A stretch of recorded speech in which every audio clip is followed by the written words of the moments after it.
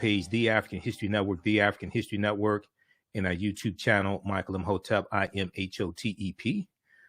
It's Sunday, November 28th, 2021. We're live. Welcome to the African History Network show right here on 910 AM, the Superstation, the future of radio. We're going to discuss the 400th year anniversary of what we have been taught is the first Thanksgiving that took place in 1621, okay, in Plymouth, Massachusetts, 1621. And more people are learning, and I posted a number of articles on November 24th, Thanksgiving Day, or November 25th, I should say, Thanksgiving Day, and dealing with the National Day of Mourning, which was first celebrated in 1970. So this is the 52nd anniversary of the National Day of Mourning. But this is also the 400th year anniversary of what we have been told was the first Thanksgiving. And we've all seen a lot of paintings of the first Thanksgiving and the Pilgrims feeding the Wampanoag Native Americans. Well, for a lot of Native Americans, they don't celebrate Thanksgiving. They have a National Day of Mourning. And this year, 2021, is the 400th year anniversary of 1621, when we were told this was the first Thanksgiving. Okay, so we're going to deal with some of that history. There was a big article from the Washington Post called "This Tribe Helped the Pilgrims Survive for Their First Thanksgiving. They Still Regret It 400 Years Later." Okay, this tribe, and it's referring to the Wampanoag, this tribe helped the Pilgrims survive for their first Thanksgiving. They still regret it 400 years later. So we're going to break down this history and separate fact from fiction, as we usually do here on the African History Network show. Okay, separate fact from fiction, and we'll talk about how Thanksgiving evolved into the celebration that it is today. All right, so we'll discuss that, and then also we'll talk a little bit about the history of Black Friday. Each year I see misinformation floating around trying to associate the origin of Black Friday to slavery. I don't know where they're getting that nonsense from. Notice when they do that, they don't cite any sources because there are none. It's just more nonsense. So we'll deal with some of the origins of Black Friday. We know Black Friday is the day after Thanksgiving, and it's usually the largest shopping day of the year. Okay, so we'll deal with Black Friday as well, and deal with some of that history and the origins of Black Friday. Then I did a special broadcast on Wednesday, November 24th, at a little past our regular time. We're normally on Monday through Friday, 11 p.m. to midnight Eastern Standard Time, and Sundays 9 p.m. to 11 p.m. Eastern Standard Time. But Wednesday, because of the verdict of guilty in the McMichael Bryan murder trial of Ahmaud Arbery, we did a special broadcast on Wednesday. And it's been re-airing on my Facebook fan page, The African History Network, and our YouTube channel, Michael Imhotep, Imhotep. So even if I'm not here on 910, or the station may be shut down because of the holidays as it was, a lot of times I'm still broadcasting. All right. So follow me on my Facebook fan page, The African History Network, our YouTube channel, Michael Imhotep, Imhotep, and you can watch the video from Wednesday, November 24th, where we dealt with the verdict and we dealt with the charges, etc. So we're going to do a brief recap of that here today. And Ahmaud Arbery's mother, Wanda Cooper Jones, she talked about being thankful for the guilty verdict. We know this was a tremendous We know this was a tremendous weight on her and Ahmaud Arbery's father. So we'll talk a little bit about that, and we'll deal with why was only one defendant in Ahmaud Arbery's killing guilty of malice murder. That was Travis McMichael. He was guilty of malice murder, where the other two defendants were not guilty of malice murder, and they were found guilty on different charges. But Travis McMichael, the one who shot Ahmaud Arbery, was guilty on all 9 counts. Okay, so we'll break that down as well. Okay, now on the African History Network show, we focus on educating, empowering, and inspiring people of African descent throughout the diaspora and around the world, because right now it's corrects wrong behavior. What you do for yourself, what you do to yourself, and what you allow other people to do to you and get away with is based upon what you think about yourself. What you think about yourself is based upon what you have been taught about yourself. What you've been taught about yourself is based upon everything you've read, heard, and seen about yourself. So when you control the radius of a man or woman's thoughts, you can control the circumference of his or her actions, because the mind can't do or teach what it doesn't know.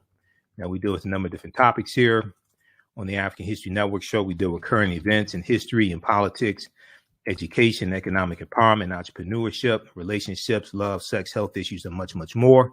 Sign up for our email newsletter. Text the word Kemet, K-E-M-E-T, to 22828.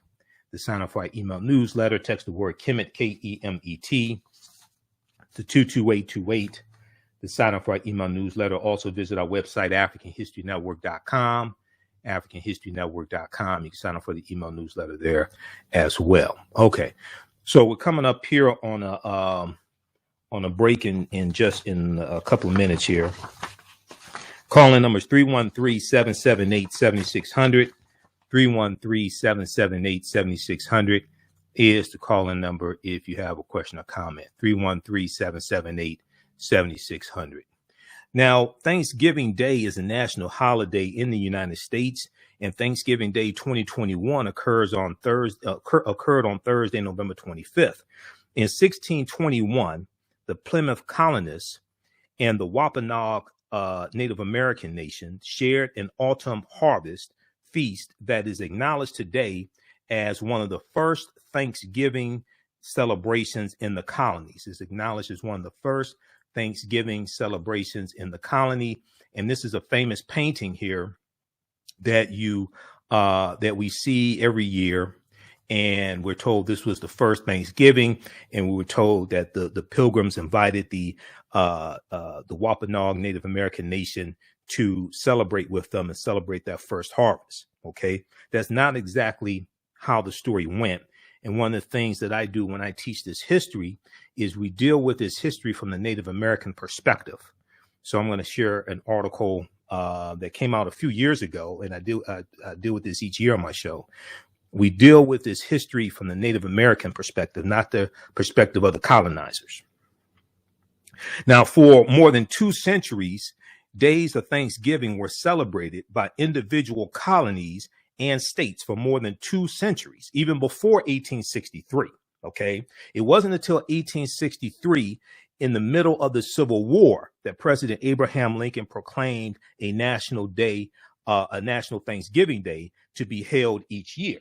Okay, that wasn't until 1863, but we see it going back to the first official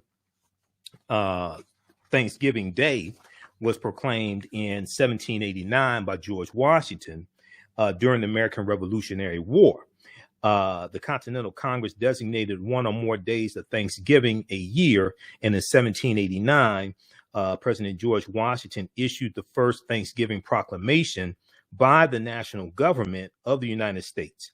In this proclamation, he called upon Americans to express their gratitude for the happy conclusion to the country's War of Independence and the successful ratification of the U.S. Constitution. You listen to the African History Network show right here on 910 AM, the Superstation Future Radio. I'm Michael Imhotep. We'll be back in a few minutes. Kwanzaa is coming, and the KwanzaaShop.com has all of your Kwanzaa needs. Order your Kwanzaa set today, which includes a kinara, candles, a mat, a cup, the African American flag, and a basket. Visit TheKwanzaaShop.com, TheKwanzaaShop.com. They have Kanara sets, which include a candle holder, candles, a mat, and a cup. Kwanzaa is December 26th through January the 1st. Add the early bird discount code for 10% off your order placed before November 28th. Visit TheKwanzaaShop.com and place your order today.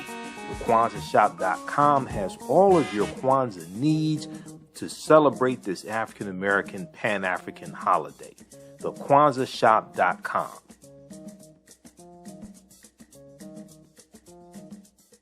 Mental health and well-being have long been a taboo subject in the so-called African American community.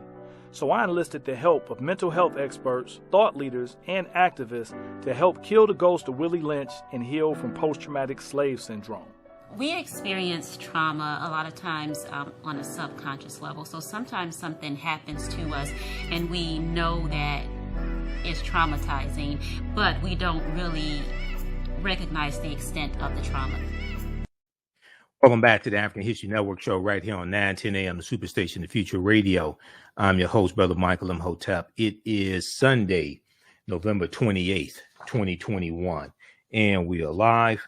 Calling numbers 313-778-7600, 313-778-7600 is the call-in number if you have a question or comment. So right before the break, we started dealing with some of the real history and the origins of Thanksgiving, the National Day of Thanks, and we were talking about the Wampanoag Native American Nation, which is the Native American nation that the Pilgrims had a peace treaty with in 1621. So we're dealing with some of this history and separating fact from fiction, and we're going to deal with how what we've been told is the first Thanksgiving in this country in 1621.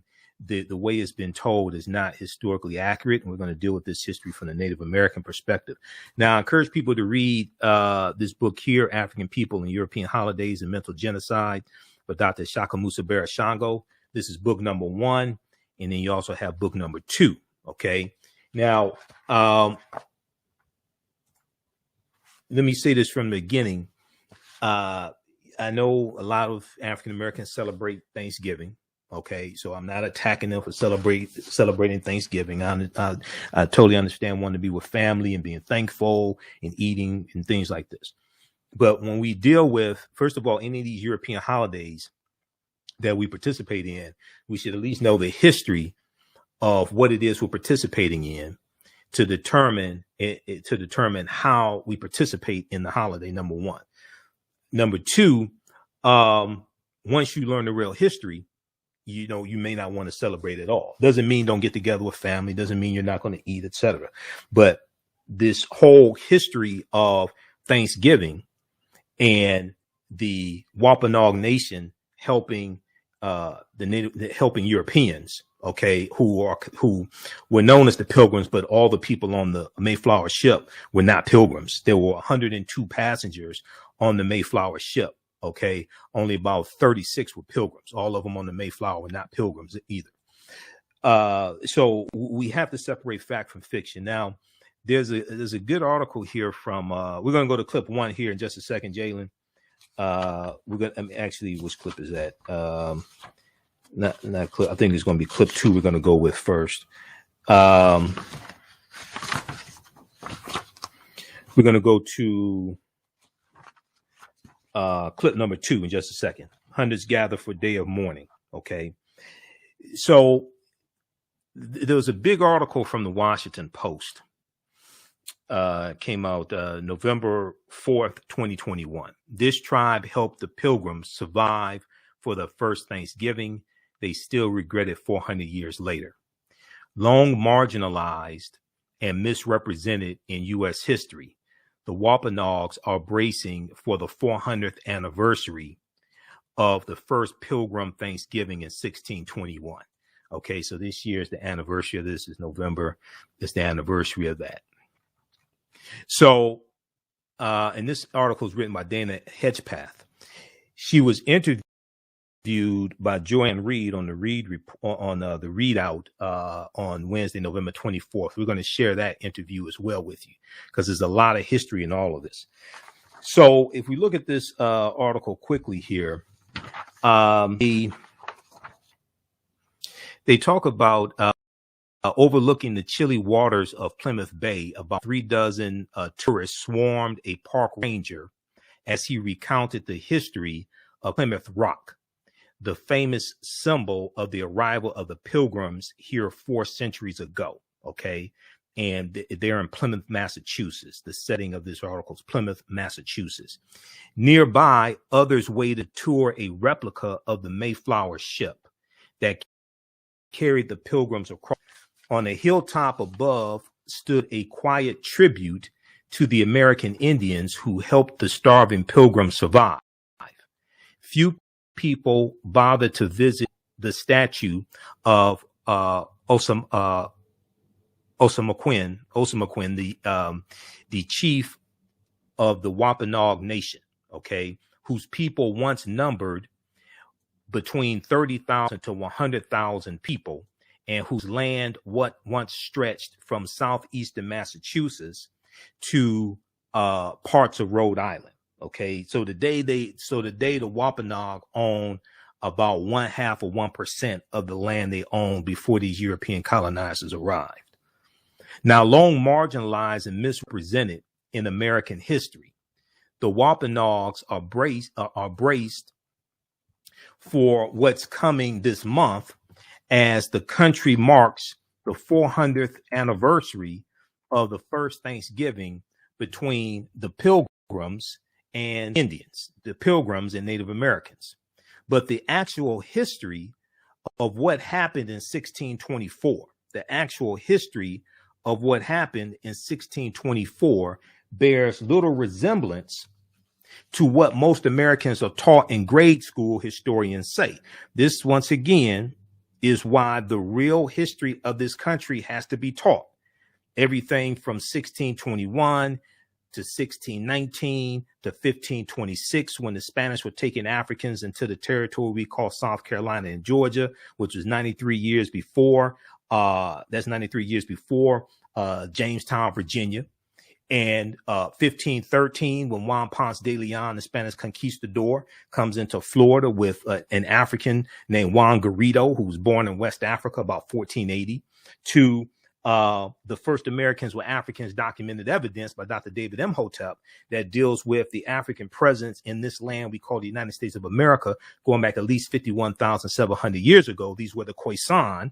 And there was a presence of them in South Carolina discovered by Dr. Albert Goodyear, who's an archaeologist at the University of South Carolina. There was a big discovery made in 2004, thoroughly documenting an African presence in the territory we call South Carolina, going back at least 51,700 years ago, before Native Americans even came into existence. So we have to deal with all of this history, and we have to deal with this chronology of history. So the actual history of what happened in 1621 bears little resemblance to what most Americans are taught in grade school, historians say. All right. And then we see the attack on critical race theory, which is a catch-all term, which is an attack on dealing with teaching about the history of slavery and racism and systemic racism and white supremacy, things like this. Right. All this gets attacked, because there's a concerted effort to keep the truth from coming out. Now, there was likely no turkey served. There were no feathered headdresses worn. And initially, there was no effort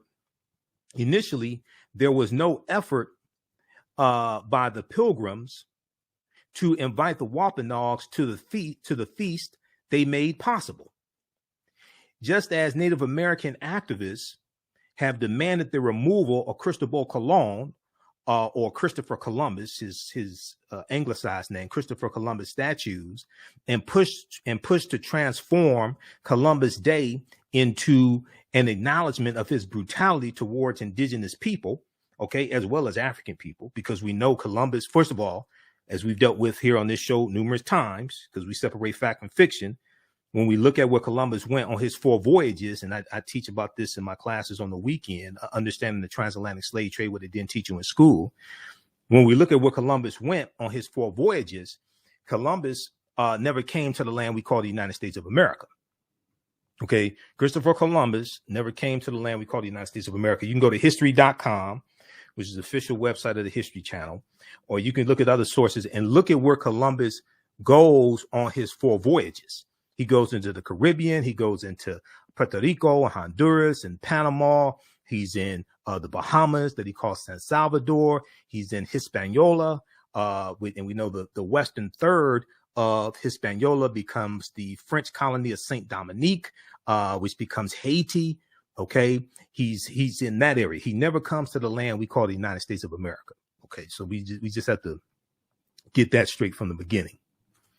Now, just as Native Americans pushed to transform the Columbus holiday into an acknowledgement of his brutality towards indigenous people, they have long objected to the popular portrayal of Thanksgiving. Now, it's also important to note that the Spanish Columbus is conquering on behalf of the Spanish crown.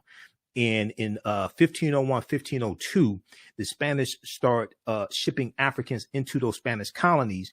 And then you have the Asiento de Negros of 1518, signed by King Charles V, also known as King Charles I of Spain, which was a license given to European nations and European slave traders to supply Spanish colonies with African slaves, the Asiento de Negros, okay, 1518. And this is going to accelerate the transatlantic slave trade. And the Asiento is going to come about after Right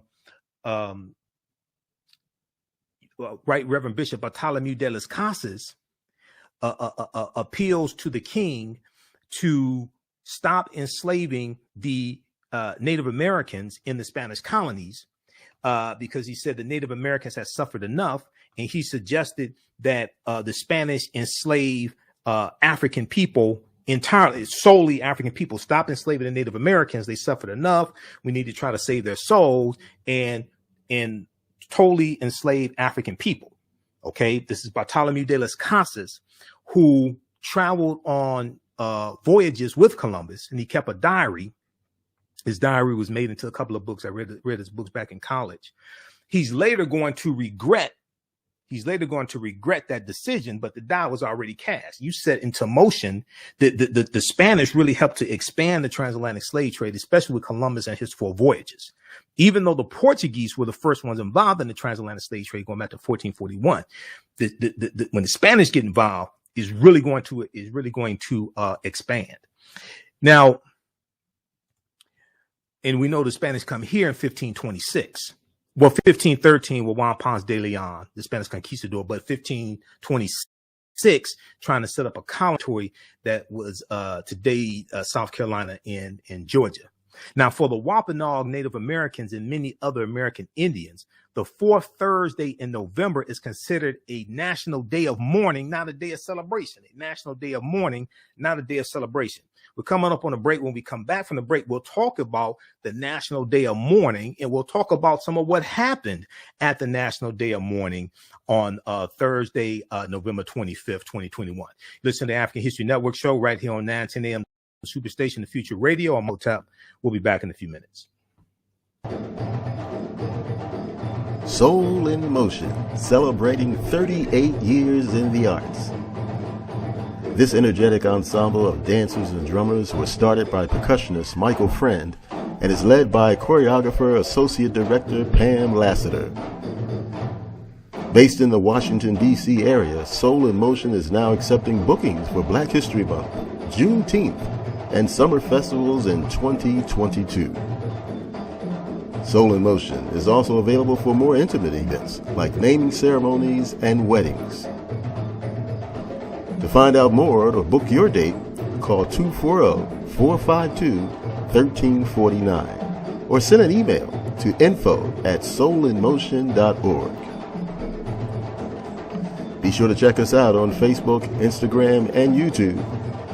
Soul in Motion, celebrating our history, our culture, our future. Soul in Motion. Theater, African dance, and drumming since 1984.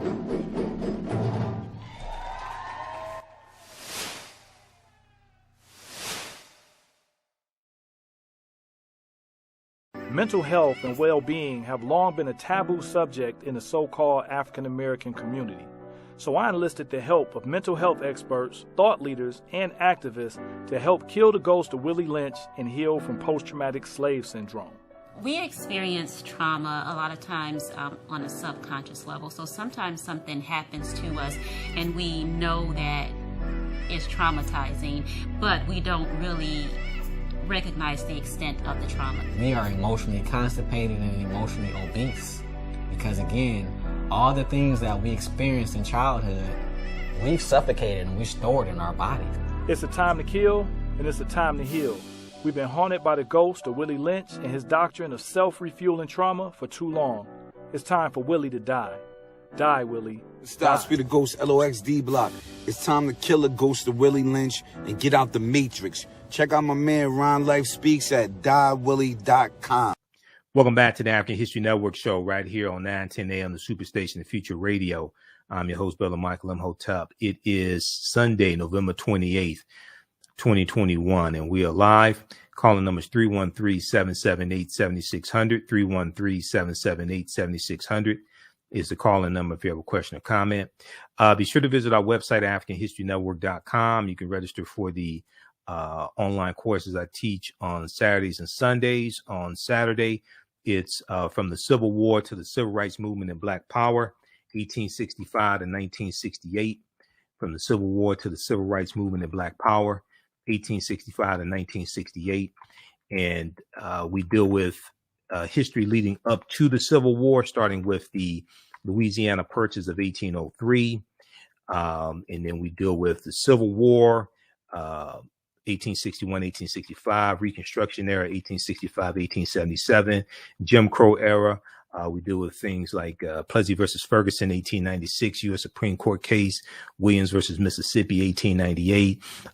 We deal with World War I, World War II, Civil Rights Movement, Black Power Movement, Great Migration. Okay, so that class, we have a bundle pack right now where you can register for that class and Understanding the Transatlantic Slave Trade, what they didn't teach you in school. You can register for both classes. They're on sale for $100, but you get 30% off because of Black Empowerment Friday weekend promotion. Okay, so you get both classes for $70. Regularly $260. There's regularly $130 each. Visit our website, AfricanHistoryNetwork.com. We have the information there. And we'll also post the link here for the course bundle pack. But that's at our website, AfricanHistoryNetwork.com. You can also email me at AHNshow@AfricanHistoryNetwork.com, AHNshow@AfricanHistoryNetwork.com if you have any questions.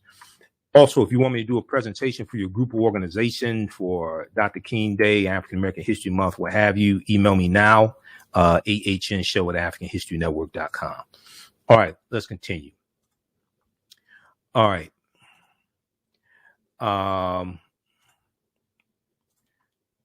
Let's continue. Okay, so right before the break, we were dealing with there's a big article from the Washington Post that deals with this tribe helped the Pilgrims survive for the first Thanksgiving. They still regret it 400 years later.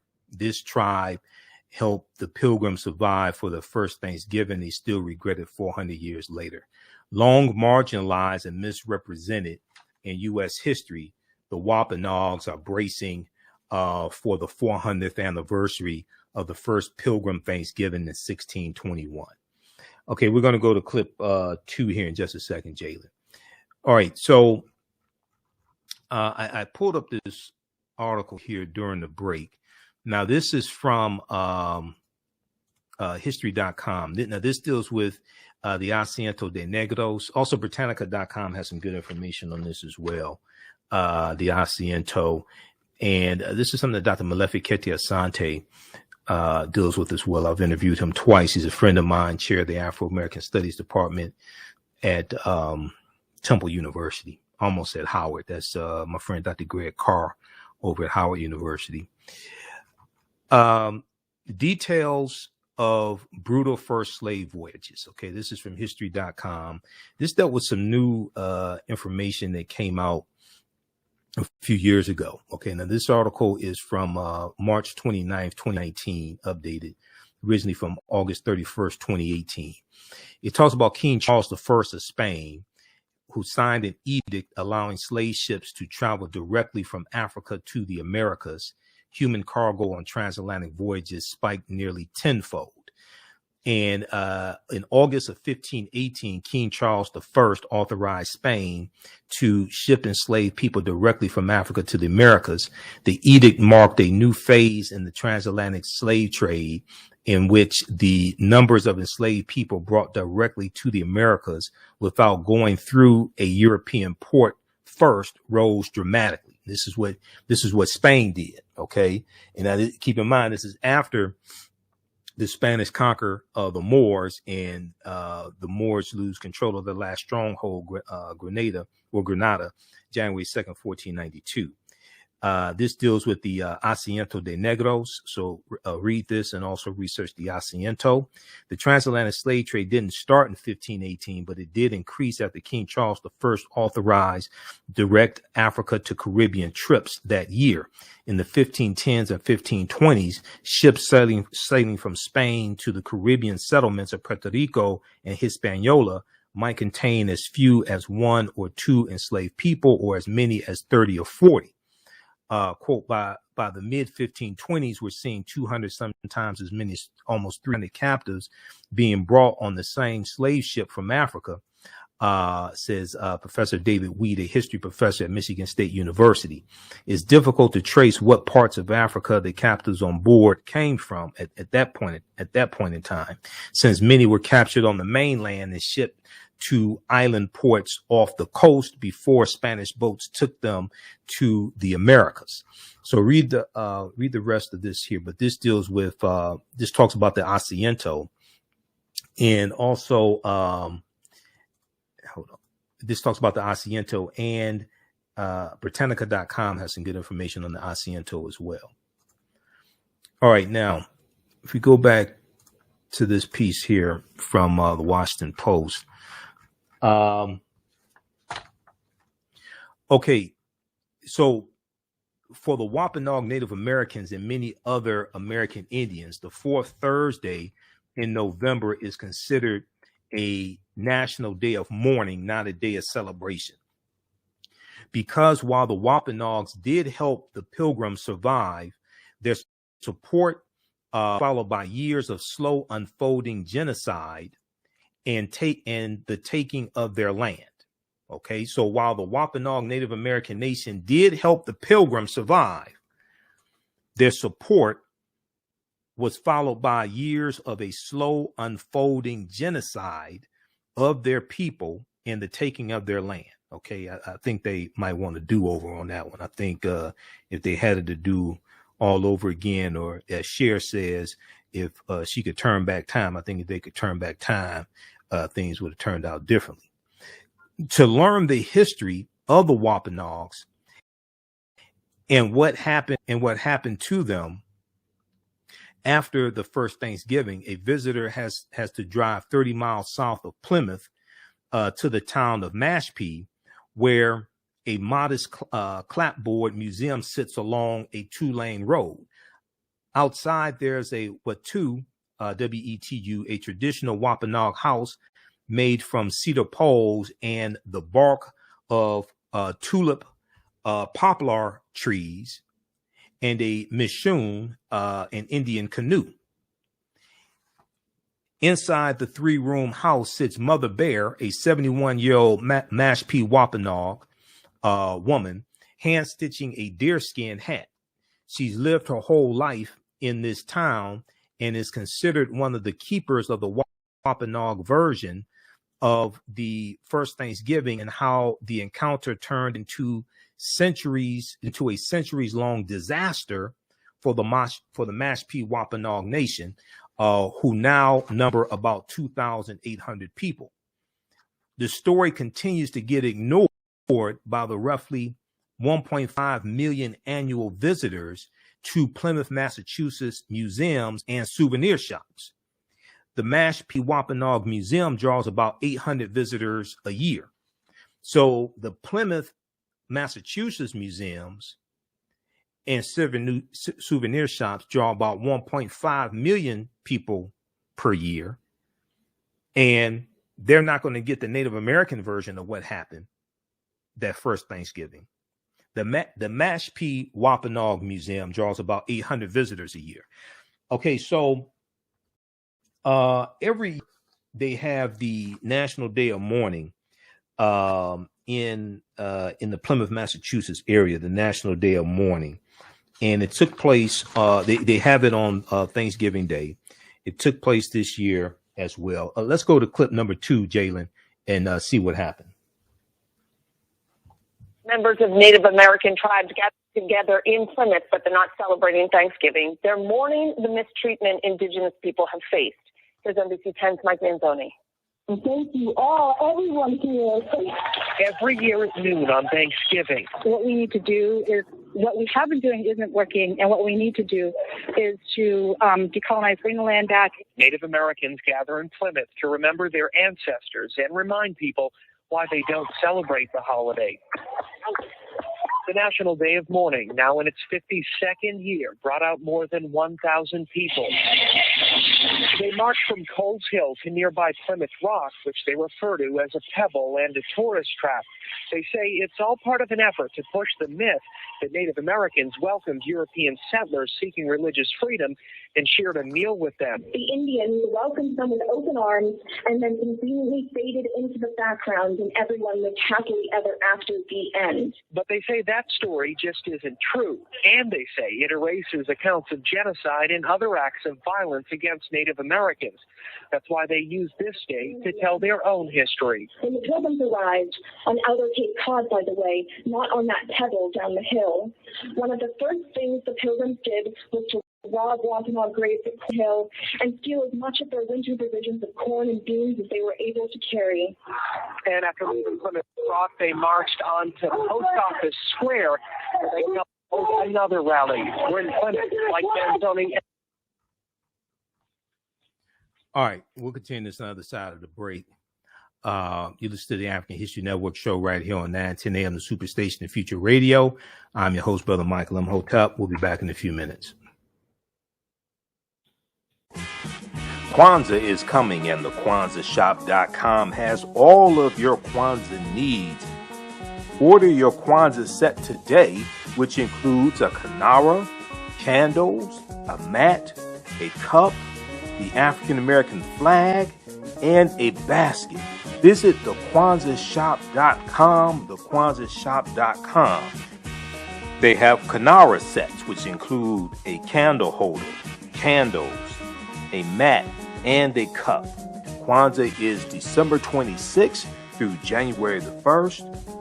Add the early bird discount code for 10% off your order placed before November 28th. Visit TheAHNShow.com and place your order today. TheAHNShow.com has all of your Kwanzaa needs to celebrate this African American Pan-African holiday. TheAHNShow.com.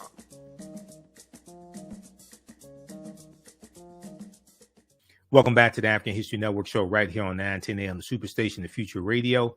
I'm your host, Brother Michael Imhotep. It is Sunday, November 28th, 2021, and we are live. Calling numbers 313-778-7600. 313-778-7600 is the calling number if you have a question or comment. We have a special promotion going on right now at our website, AfricanHistoryNetwork.com. Get 30% off of orders of $100 or more. Use promo code AHN30 off 2021. AHN30 off 2021. Get up to 50% off DVD lectures, digital downloads, and online courses. And we have a course bundle pack. You can register for my 2 online classes, from the Civil War to the Civil Rights Movement and Black Power, 1865 to 1968, and understand the transatlantic slave trade, what they didn't teach you in school. Have a big discount going on till Monday. You get both classes. You can register for both classes for $70. We have the information at our website, AfricanHistoryNetwork.com. Regular price is $260 for both classes. Okay. And as soon as you register, you can watch the classes we did last week and the week before that. We do the sessions live. All of them are archived and recorded. You can go back and watch them anytime. Even after the 10-week online course is over with, you can still watch the full course. So if you want to watch it next year, you can do that. Okay. We're going to go back to that clip here in just a second, Jalen. So right before the break, we were dealing with the National Day of Mourning and the real history of the first Thanksgiving in 1621. This is a really good article from the today.com, the Today Show on NBC. Many Native Americans consider Thanksgiving a day of mourning. Here's how they mark the day. Many Native Americans consider Thanksgiving a day of mourning. Here's how they mark the day. And this is this picture here is from last year, the 51st year in Memphis, in Plymouth, Massachusetts, the National Day of Mourning. But they'll have similar banners each year. This one says, in the spirit of Metacom, National Day of Mourning, United American Indians of New England. Okay, so this clip right here that I was sharing right before the break. This is from NBC Channel 10 in Boston. NBC Channel 10 in Boston, and this deals with what happened at the National Day of Mourning on Thursday, November 25th. Let's go back to this clip, Jalen. Members of Native American tribes got together in Plymouth, but they're not celebrating Thanksgiving. They're mourning the mistreatment Indigenous people have faced. Here's NBC 10's Mike Manzoni. Thank you all, everyone here. Every year at noon on Thanksgiving. What we need to do is, what we have been doing isn't working, and what we need to do is to decolonize, bring the land back. Native Americans gather in Plymouth to remember their ancestors and remind people why they don't celebrate the holiday. The National Day of Mourning, now in its 52nd year, brought out more than 1,000 people. They marched from Coles Hill to nearby Plymouth Rock, which they refer to as a pebble and a tourist trap. They say it's all part of an effort to push the myth that Native Americans welcomed European settlers seeking religious freedom and shared a meal with them. The Indians welcomed them with open arms and then conveniently faded into the background, and everyone lived happily ever after, the end. But they say that story just isn't true, and they say it erases accounts of genocide and other acts of violence against Native Americans. That's why they use this day to tell their own history. When the Pilgrims arrived on Outer Cape Cod, by the way, not on that pebble down the hill, one of the first things the Pilgrims did was to rob Wampanoag graves at Corn Hill and steal as much of their winter provisions of corn and beans as they were able to carry. And after leaving Plymouth Rock, they marched on to Post Office Square, where they held another rally. We're in Plymouth, Mike Manzoni, NBC 10 Boston. Okay. That's from NBC 10 Boston. Check out this article here from NBC 10 Boston. Hundreds gather for Day of Mourning in Plymouth. Hundreds gather for Day of Mourning in Plymouth. The National Day of Mourning, now on its 52nd year, drew more than 1,000 people. And let's go to this here. Okay, the National Day of Mourning, now in its 52nd year, started in 1970, drew more than 1,000 people. They marched from Coles, COLE', Coles Hill, to nearby Plymouth Rock, which they refer to as a pebble and a tourist trap. A pebble and a tourist trap. Okay, so check that out. Now, also, ABC Channel 5 in Boston. The ABC affiliate in Boston also ran a story on November 25th dealing with the National Day of Mourning as well. Let's go to clip number 3, Jalen. Like Columbus Day, many Indigenous people do not want to get rid of Thanksgiving Day. In fact, they say many Thanksgiving Day traditions are perfectly fine. But they say what the holiday stands for needs to change. There were drums and dancing on the hill overlooking the Plymouth Rock Monument. Hundreds of people came together for what they call a National Day of Mourning. Currently, we are in a time of Indigenous resurgence with things happening on so many different fronts. After speeches and prayers, the group marched through the streets, led by the granddaughter of the man who founded this event in 1970. I wanted to deliver a message basically that we're still here. Keisha James says she doesn't object to people gathering, eating turkey, and giving thanks, but she doesn't want them to celebrate what she calls the Thanksgiving myth. That the Pilgrims and Wampanoag got along, and we simply know that that's not true. The Pilgrims came and pretty much immediately started killing the Wampanoag. Marchers also called for more attention to be paid to the cases of missing Indigenous women and the return of all land colonized in the Americas. We're not saying give it back and get off. We're saying give it back so we can heal it, so that we can all come to some type of reconciliation. Organizers say they are encouraged to see people of many different backgrounds taking part this year, and said the Day of Mourning is a day to be proud, that after 400 years, they and their culture still exist. We are still here today, and I stand here in peace and in solidarity. Oh, that is all. Now, in years past, the marchers ended by burying Plymouth Rock. That did not happen this year. Police report, no problem. Okay, that's from ABC Channel 5 in Boston also, all right? So read the article from the Washington Post. We're going to revisit that in just a minute here.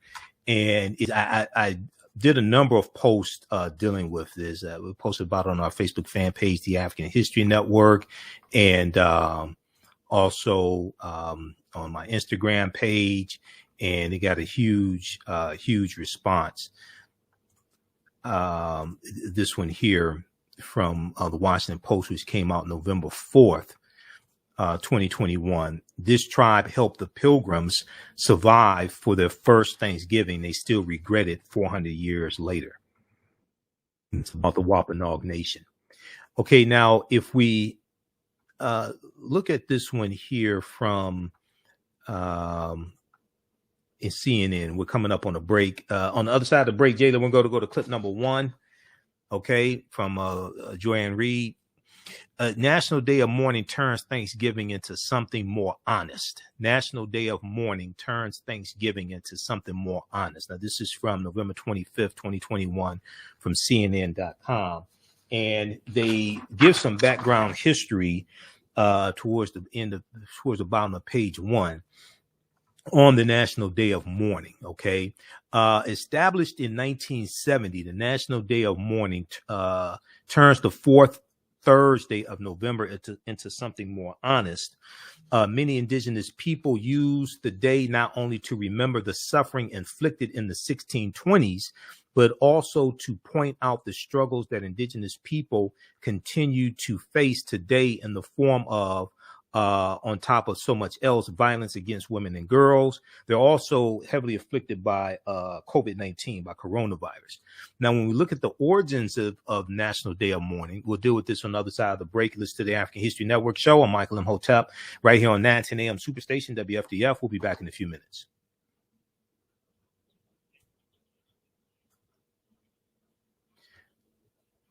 Stand by. Stand by. Back from break in 4 minutes.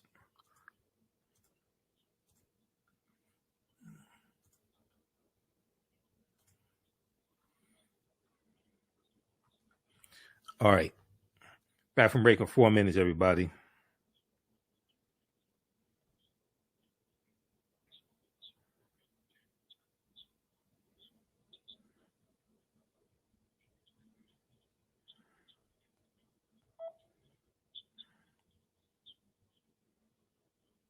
Stand by, everybody.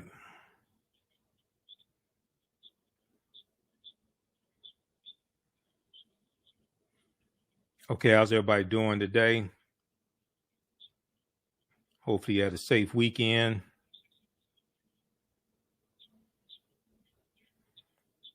We're on commercial break. Follow us on our Facebook fan page, The African History Network, and our YouTube channel, Michael Imhotep, IMHOTEP.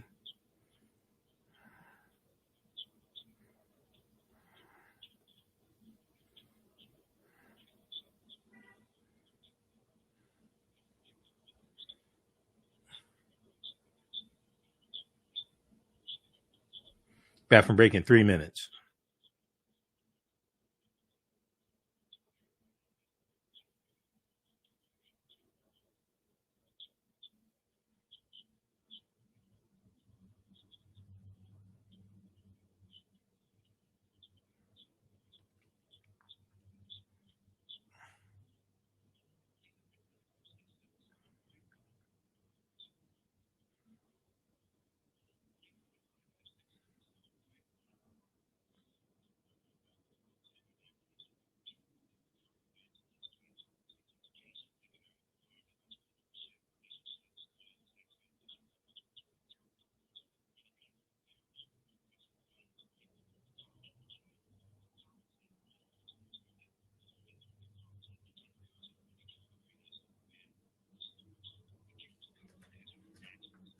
I can't do or teach what it doesn't know. We have it all. 910 AM Superstation.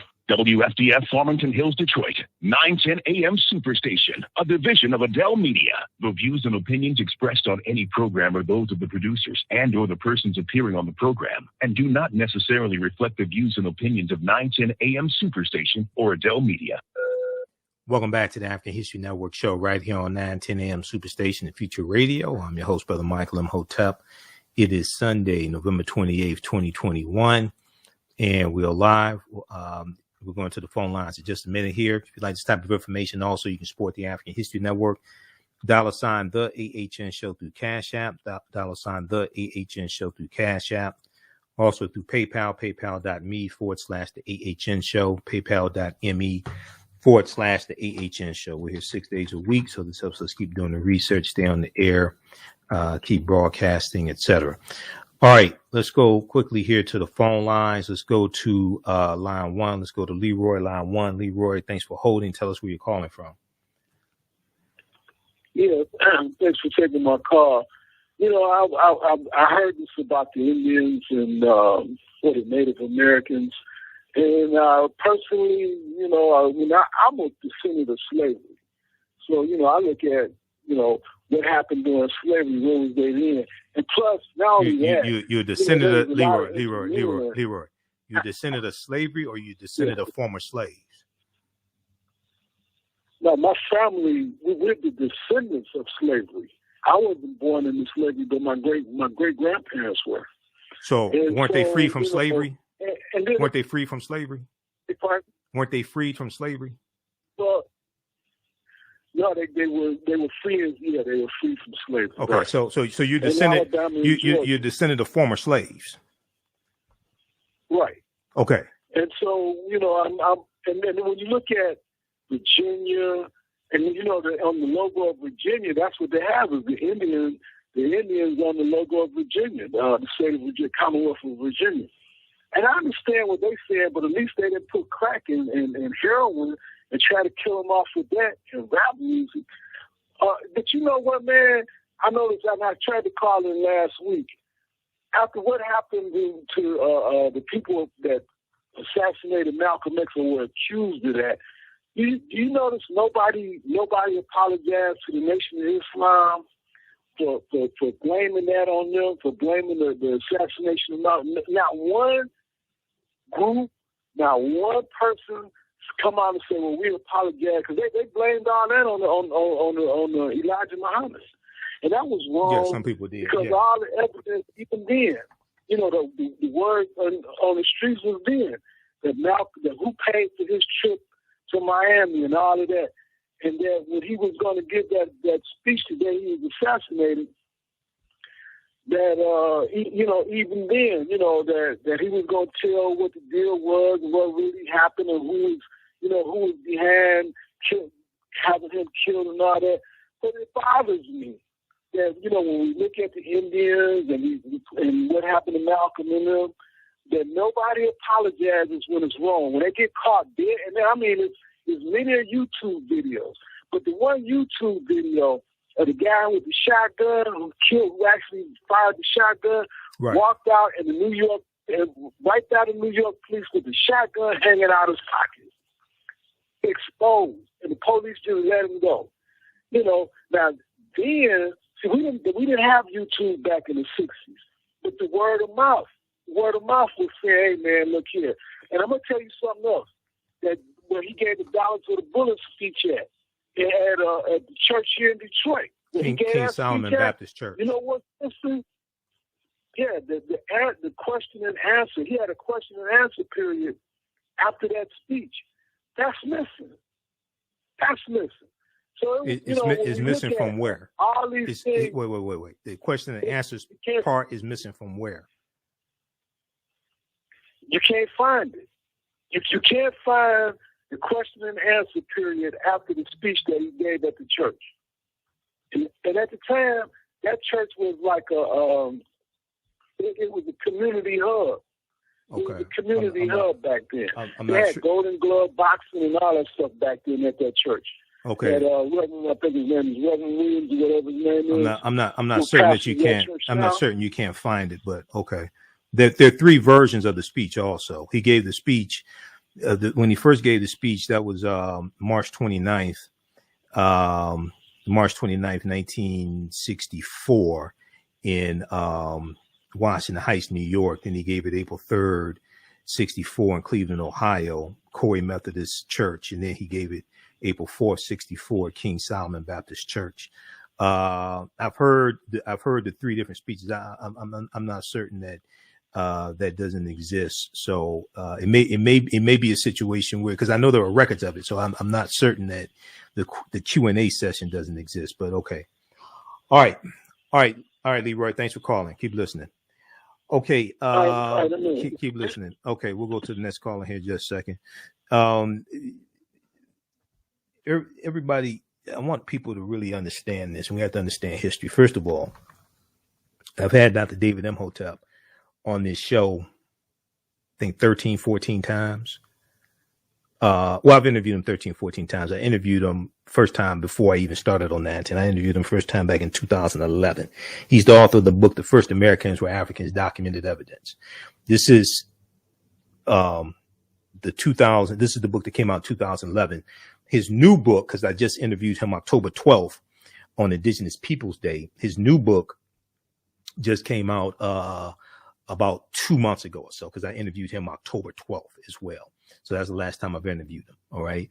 It deals with the African presence in the Americas dating back at least 56,000 years ago. But the first one, that research at least 56,000 years ago in South America, and 51,700 years ago in the territory we call South Carolina and Georgia. Okay, today, because the territory we call South Carolina and Georgia. So African people were in this land going back tens of thousands of years before Native Americans even came into existence. As I've said numerous times before, and I'm not sure. I'm not sure why people do this, but if you actually understand history, the people, when we say we're descendants of slaves, the slaves were freed in 1865. And then you look after slavery, they refer to as freedmen or former slaves or ex-slaves. Like, we look at this article right here from the Zen Education Project, November 28th, 1898. First National Convention of the Ex-Slave Mutual Relief, Bounty, and Pension Association. Okay, that meeting took place November 28th, 1898. Okay, 1898 is the same year that that Louisiana rewrote their state constitution to impose poll taxes and literacy tests, and to suppress the African American vote, things like that. That was also in 1898. 1898 is also the year that you had Williams versus Mississippi, U.S. Supreme Court case to challenge the Mississippi State Constitution of 1890 that imposed literacy tests, and the U.S. Supreme Court ruled that what's known as the Mississippi Plan of 1890 did not violate the 15th Amendment to the U.S. Constitution, 15th Amendment of 1870. And those poll taxes and literacy tests, they were obstacles to African Americans voting. They were obstacles to the 15th Amendment, but U.S. Supreme Court upheld that in Williams versus Mississippi. But November 28, 1898, First National Convention of the Ex-Slave Mutual Relief, Bounty, and Pension Association. The first annual convention of the National Ex-Slave Mutual Relief, Bounty, and Pension Association was held in Nashville, Tennessee, from November 28th to December 1st, 1898. The Ex-Slave Mutual Relief, Bounty, and Pension Association was founded with a dual mission to organize mutual aid for its members and to pass federal pension legislation that would compensate every formerly enslaved person. Okay, this is 1898. Now, this is a picture of Callie House. Okay, Callie House, 1898. The convention elected Callie House, a formerly enslaved woman from Tennessee, to be assistant secretary of the association. Callie House became its leader for the next 20 years. Okay. Callie House explained the political goals of the organization. She said if the government had the right to free us, she had a right to make some provision for us. And since she did not make it soon after emancipation, she ought to make it now. Okay, so to read this, there's also a book, My Face is Black is True. My Face is Black is True, Callie House and the Struggle for Ex-Slave Reparations by Mary Frances Berry. Now, when you go study this history, and you go study history during Reconstruction, U.S. Bureau of Refugees, Freedmen, and Abandoned Lands, Freedmen. Okay, when you go look at history and you go look at the writings after slavery ended, Reconstruction, and then going to the Jim Crow era, things like this, the former slaves then refer to themselves as slaves. They refer to themselves as ex-slaves, former slaves, freedmen, etc. So why do many of us who are some of their descendants, why do we keep trying to put them back into a status that they were freed from? Why do they were freed from slavery? If you go look at the writings, you go look at the history after 1865, you look at the history of Reconstruction, you look at the organizations that they're forming, why we keep trying to put them back into a status that they were freed from? Is it possible because we've been taught to have a slave mentality? So we keep trying to put them back into the status that they were freed from? They were referred to as freedmen, former slaves, ex-slaves. Why we keep trying to put them back into slavery? All right. We got another caller, Jalen? No, sir. All right.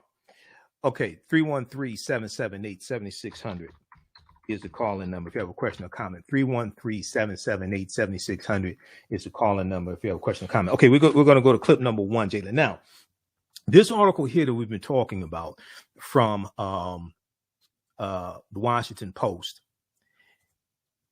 this tribe helped the Pilgrims survive for their first Thanksgiving. They still regret it 400 years later. Long marginalized and misrepresented in U.S. history, the Wampanoags are bracing for the 400th anniversary for the first Pilgrim Thanksgiving in 1621. Okay.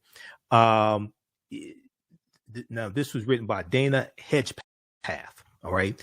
Dana Hedgepath was interviewed by Joanne Reed on Wednesday, November 24th. And they talked about the National Day of Mourning. And Joy also spoke with the chairman of the Mashpee Wampanoag tribe as well, Brian Whedon. And they talked about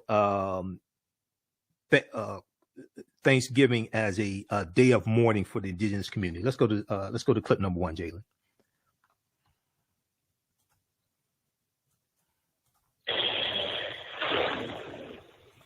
This year marks 400 years since English Pilgrims and the Eastern Wampanoag allegedly sat down and broke bread. The meeting, now known as Thanksgiving, is an annual holiday celebrated by many Americans, but not all. So let's open any children's book about that day, and you'll read about the hard-scrabble pilgrims who landed on mostly uninhabited land, and thanks to Native Americans festooned in feathers, they survived and celebrated that feat around wild turkey and corn. Except that's not how it happened. As the Washington Post recently noted, the Wampanoag, a name that means the people of the first light, had lived on these lands as far back as 10,000 years, far longer than any American.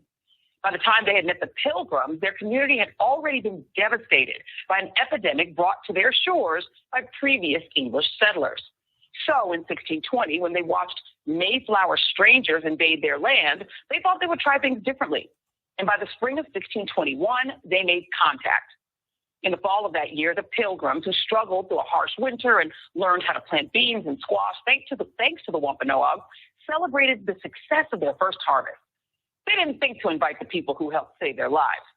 In fact, you didn't know that because they don't tell you that part in the textbooks. In fact, the Wampanoag showed up later, only after the Pilgrims fired off their muskets. Naturally, the Wampanoag heard the gunfire and thought war was afoot. Realizing that wasn't the case, they wound up sitting down with the people who would become their colonizers. For many indigenous people, Thanksgiving is not a day to be celebrated, but rather a day to be mourned. Because while we gorge ourselves on turkey and stuffing, for Native people, that day represents the start of hundreds of years of genocide, colonization, disease, and forced indoctrination of children stolen from their parents and forced to abandon their language and their culture in government-run boarding schools. With me now is Dana Hedgepeth, Washington Post reporter. All right, we're going to change this to the other side of the break. You listen to the African History Network show right here on 910 AM Superstation. Michael Imhotep. Calling number is 313-778-7600. 313-778-7600. We'll be back in a few minutes. Soul in Motion, celebrating 38 years in the arts. This energetic ensemble of dancers and drummers was started by percussionist Michael Friend and is led by choreographer Associate Director Pam Lassiter. Based in the Washington, D.C. area, Soul in Motion is now accepting bookings for Black History Month, Juneteenth, and summer festivals in 2022. Soul in Motion is also available for more intimate events like naming ceremonies and weddings. To find out more or to book your date, call 240-452-1349 or send an email to info@soulinmotion.org. Be sure to check us out on Facebook, Instagram, and YouTube. Soul in Motion, celebrating our history, our culture, our future. Soul in Motion.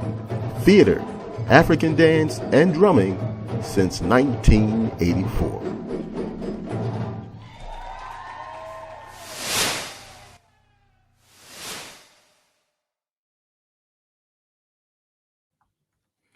Welcome back to the African History Network show right here on 910 AM Superstation and Future Radio. I'm your host, Brother Michael Imhotep. It is Sunday, November 28th, 2021. And we're dealing with some of the history, the real history of Thanksgiving and the National Day of Mourning. We're talking about this big article from the Washington Post from November 4th. And I posted it on our Facebook fan page, the African History Network, and our YouTube channel, Michael Imhotep, on Thanksgiving Day. And a number of people were posting, D.L. Hughley and Joanne Reed and many others were posting versions of the story and memes of this article. This tribe helped the Pilgrims survive for their first Thanksgiving. They still regret it 400 years later. This is about the Wampanoag Nation of Native Americans. Now, this article is written by Dana Hedgepeth, who's a writer for the Washington Post, okay? And she's a Washington Post reporter. Joanne Reed on the readout on MSNBC on Wednesday, November 24th, spoke with Dana Hedgepeth and Brian Whedon. Brian Whedon is chairman of the Mashpee Wampanoag tribe, Mashpee Wampanoag Nation. And they talked about Thanksgiving as a national day of mourning. All right, let's go back to this clip, Jalen. Their language and their culture in government-run boarding schools. With me now is Dana Hedgepeth, Washington Post reporter and member of the Halawa Saponi tribe of North Carolina, and Brian Whedon, chairman of the Mashpee Wampanoag tribe. Thank you both for being here. Really appreciate you. I want to start with you, Dana. Thank you so much for being here this afternoon. And why did you write that piece? What prompted you to do it? There have been a lot of attempts, I think, over the years to sort of reimagine and sort of rediscover what Thanksgiving ought to be. What prompted you to write this piece? You know, it came about from a conversation with a very good editor at the Washington Post, Linda Robinson, and we were chatting. She said, how do you celebrate Thanksgiving? I'm Native American. I'm from the Halawa-Saponi tribe in North Carolina. And I sort of chuckled and said, you know, we don't celebrate the same way you do. Thanksgiving doesn't mean to Native Americans what it does to many others in the country. And so that got us thinking, what's the best way to tell that story? And the 400th anniversary brought about a great opportunity to do that. I was very fortunate to meet Chairman Whedon through introductions and to really listen to their side of the story that, as you said, is so often not shared. Yeah. And, you know, Chief Whedon, I think it's an excellent point because I think there is an American tick of sort of looking at the arrival of Europeans here as just a triumph, right? A triumph of will, a triumph of the Mayflower and the Nina and the Pinta and the Santa Maria, and sort of whitewash the fact that there were people here. And then to take those people and just make them, well, those were their friends, and they gave them corn, and then everybody did Thanksgiving. And to wipe out really what was a really tragic history, including for the Wampanoag, of, you know, encountering European settlers, getting wiped out by disease, maybe smallpox or whatever germs they were carrying, and then encountering them again, and then being colonized. How do the Wampanoag look at Thanksgiving, and what would you be doing on that day? I think first and foremost, it's important to understand that the Wampanoag people have always been welcoming. One of the reasons why we didn't wipe out the English was because they brought their women and children. We never brought our women and children to fight into battle, so we thought that they had come in peace. It's kind of, you know, ignorant bliss on our side, I guess, and we were, you know, more welcoming and, you know, taught them how to grow their corn and their crops and to stay here. We've always been welcoming people, and we still are welcoming people. It hasn't really worked to our advantage over the past 400 years. We're now witnessing another pandemic here in the nation with COVID. You know, so all the diseases that come through, we're still having diseases in these provinces still today. I would say that, you know, Thanksgiving is a day of mourning. The fact that our tribe only owns 0.5% of our ancestral territory, and 400 years later, you know, we're still waiting for our fair share from the federal government and the Commonwealth, I think is pretty unacceptable. Yeah, and, you know, I was just looking at TheAHNShow with you, right, about the division of land and taking what had been vast land that the Wampanoag had, dividing it up into like 60-acre chunks and defying the culture of these great people who didn't divide land that way and tax it that way. What did you discover about how life has changed for this tribe in the, you know, centuries since, and how much of that culture remains? And I'll ask both of you that question, but I'll ask you as you just finished doing this piece. Well, they are alive and strong.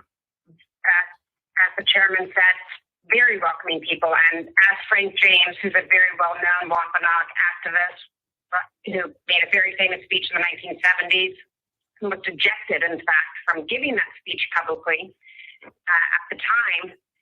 But perhaps the best line from his speech was, befriending the Pilgrims was perhaps our biggest mistake. Just if you think about that and let that resonate for a moment, it did open up a long, slow, painful process of genocide, taking of lands, taxation, ownership, things that were the antithesis of the very culture that American Indians and the Wampanoags especially prided themselves in. And, you know, Chief Whedon, you know, you're young. I'm just looking at you're only 28 years old, so you're, you know, a young man who's growing up, you know, both within your tribe and in your culture, but in this country. And I wonder, what do you say to people who just want to move on, who just want to do the tomahawk chop at an Atlanta Braves game, who are like, why are you making such a big deal out of that? Why can't we just do Thanksgiving the way we want to? Including some younger people who don't want to deal with this history and especially don't want to deal with anything like reparations. I think it boils down to this nation. I mean, look at all the monuments and all these people that we, you know, classify as heroes in our founding fathers. When you actually look into the history of what these people did, you know, President Lincoln was one of the ones who had one of the biggest massacres, you know, of Native Americans in his time. And he wanted to bring the nation together, so he decided to make this a holiday. You know, I think that the country and the nation has played their part. And we don't do a good job at putting out the accurate information. It's very one-sided, and that's why we're here today, to put our story out there so that we can bring awareness to this issue. I think that it's ignorance on a lot of parts, but as young people, I believe that it's our generation that will make that change and start uniting our nation. Dana Hedgepeth, thank you for writing this very important piece. Hopefully everyone will read it. Brian Whedon, Chief Brian Whedon, Chairman Brian Whedon, more accurately, thank you very much. Really appreciate you for being here. Thank you very much, Sarah. Okay, so that was from Joanne Reed's show, the readout on MSNBC. That is from Wednesday, November 24th, 2021. Right at the end, they mentioned President Lincoln. and the execution of Sioux Native Americans on the day after Christmas, December 26, 1862, during the Civil War. Associated Press has this article from December 31st, 2018. Lincoln ordered execution of dozens of Sioux warriors, commuted sentences of others. Okay, this is what he's talking about.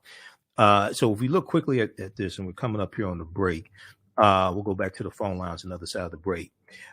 So the claim is on social media posts circulating recently stated, quote, on this day, December 26, 1862, 38 Native Americans are executed in the U.S.'s largest mass hanging. The execution was ordered by Abraham Lincoln, President Abraham Lincoln, during the Civil War, which is 1861, 1865. So this is true, and there's numerous sources on this, numerous information you can research on this. 38 Native Americans were hanged on December 26, 1862, as ordered by he was then President Abraham Lincoln. They say former President Abraham Lincoln, but he was president at the time, Abraham Lincoln, after the 1862 Dakota War, which was also known as the Sioux Uprising of 1862. The sentences of 265 others were commuted.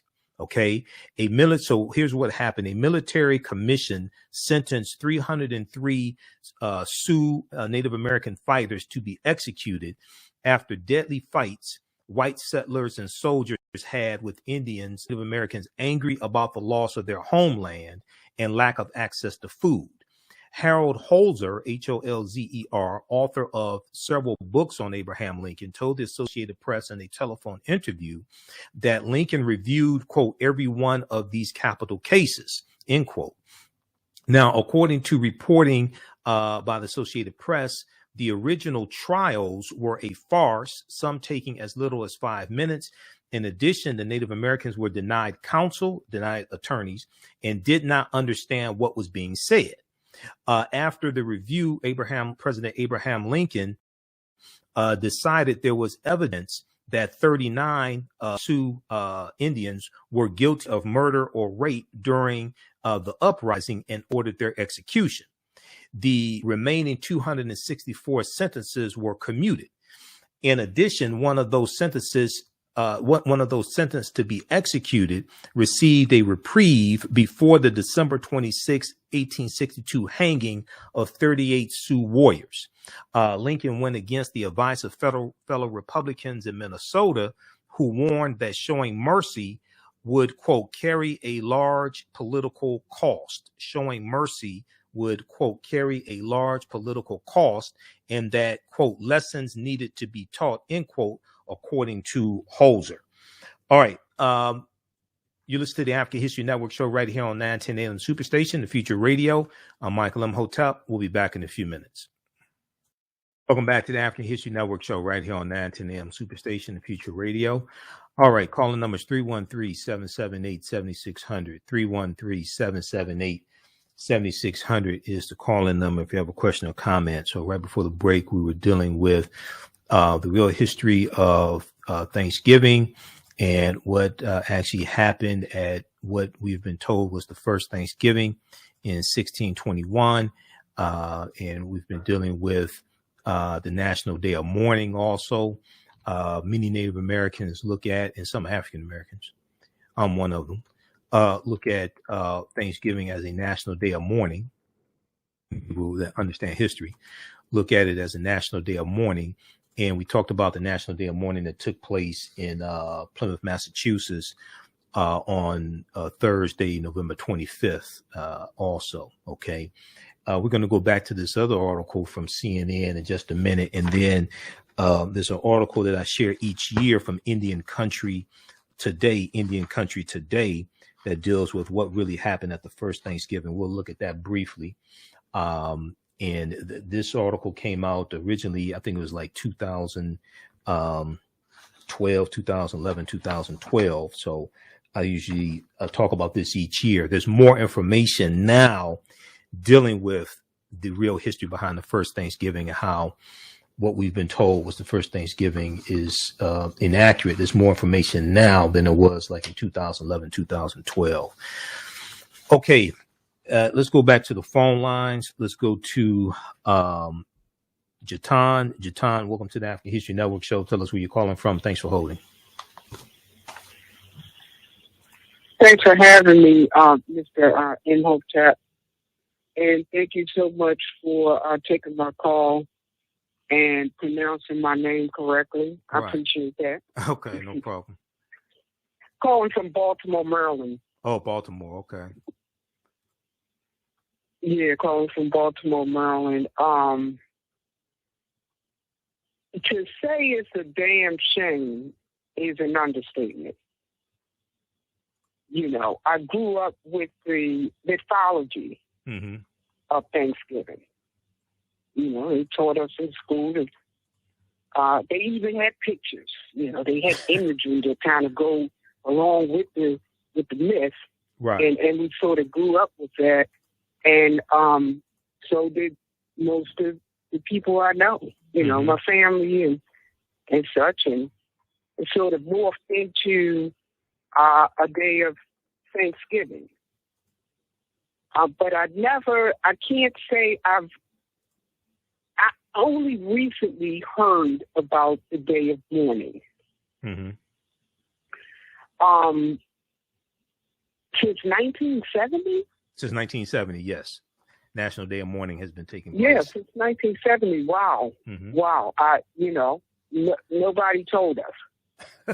You know, and I'm just recently learning that, you know, in the last couple of years, even the way they narrate, I guess, the, you know, quote unquote correction, you know, the ticker tape on Miss Reed's show read the Indigenous story of Thanksgiving, as if that's an alternate story.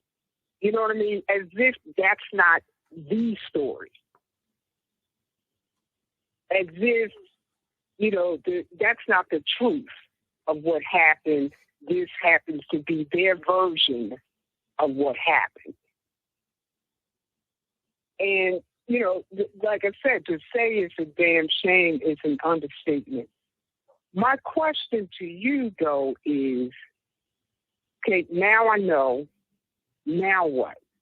You know, how do I introduce this to, you know, family members and you know, people that I know, people that I encounter? Like Miss Reed stated, you know, people don't want to hear that. They don't even want to hear about their own ancestors. They don't want to hear that.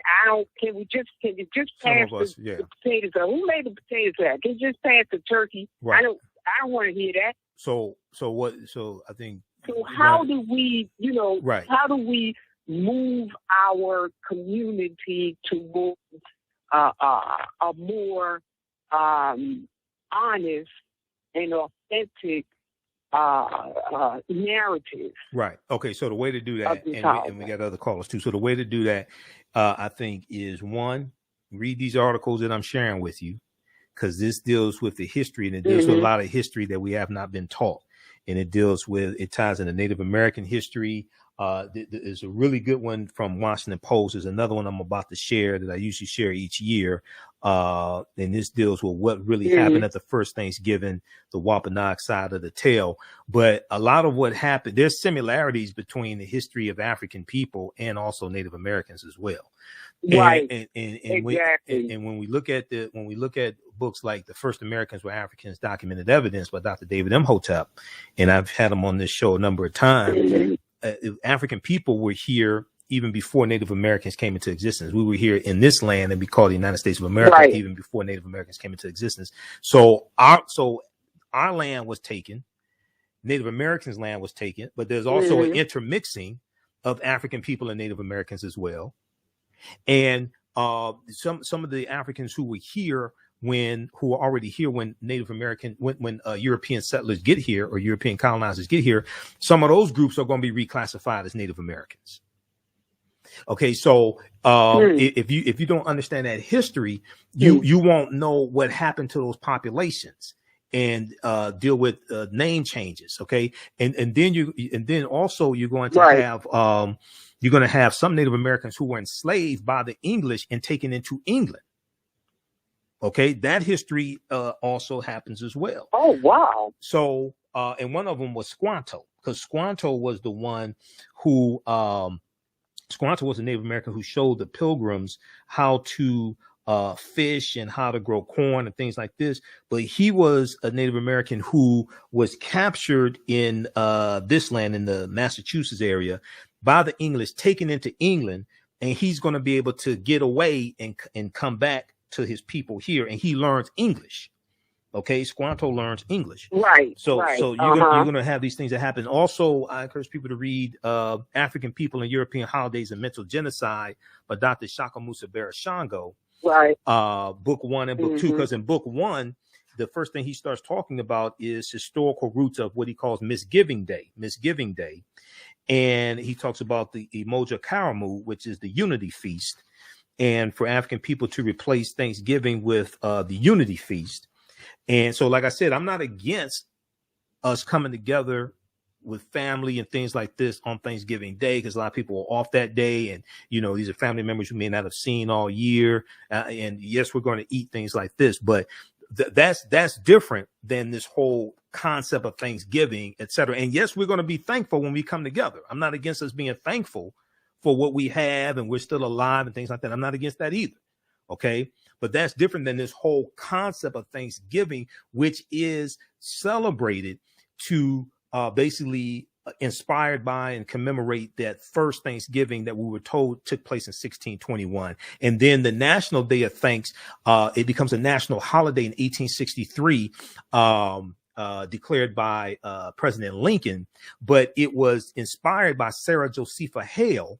And Sarah Josepha Hale launched a 36-year campaign to have a National Day of Thanks. And she's the woman who wrote the nursery rhyme, Mary Had a Little Lamb. That's Sarah Josepha Hale. She's known as the mother of Thanksgiving. We're going to come to that in just a minute. Okay, Jatan, keep listening, all right? Thanks for calling. Keep listening. I sure will. All right. Thank you. Okay. We have Theo on the line, Jalen. We have Theo Broughton from Hood Research. Yes, you do. Okay. You do. All right, Theo, how you doing? I'm doing fine. Two things. One, the word reparations was mentioned earlier, and there are a number of Native American that have casinos. Is that considered their reparations? And actually, give your email. AHN Show. You can email me at ahnshow@africanhistorynetwork.com. AHN Show at africanhistorynetwork.com. You can also email me at TheAHN Show at africanhistorynetwork at gmail.com. TheAHN Show at gmail.com. You can email me there. Okay. Yeah, casinos.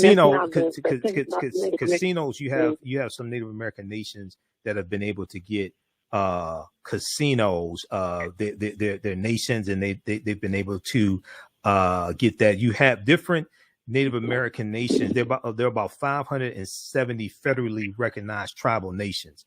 Different nations have been able to get different things. All of them don't have casinos. And also, it's important to understand that the U.S. government has violated over 370 peace treaties as well with Native American nations also. Okay. So you have some of them that have been able to get casinos, and some of them been able to get some type of land and cash payments. All of them don't have that. And compared to what they lost, compared to what happened to them and what they lost, okay, casinos are not reparations.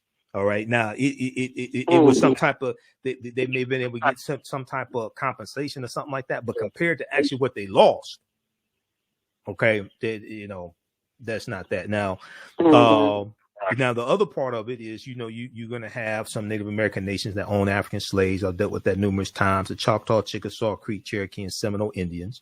But still, even when you look at that, they own about 1% of the slaves in the country. Okay. And then after slavery ends, you're going to have the Black Freedmen Indian treaties of 1866. And some of our ancestors who were enslaved by them or in those territories, like in Oklahoma, they're going to get land, they're going to get cash payments, they become members of these Native American nations.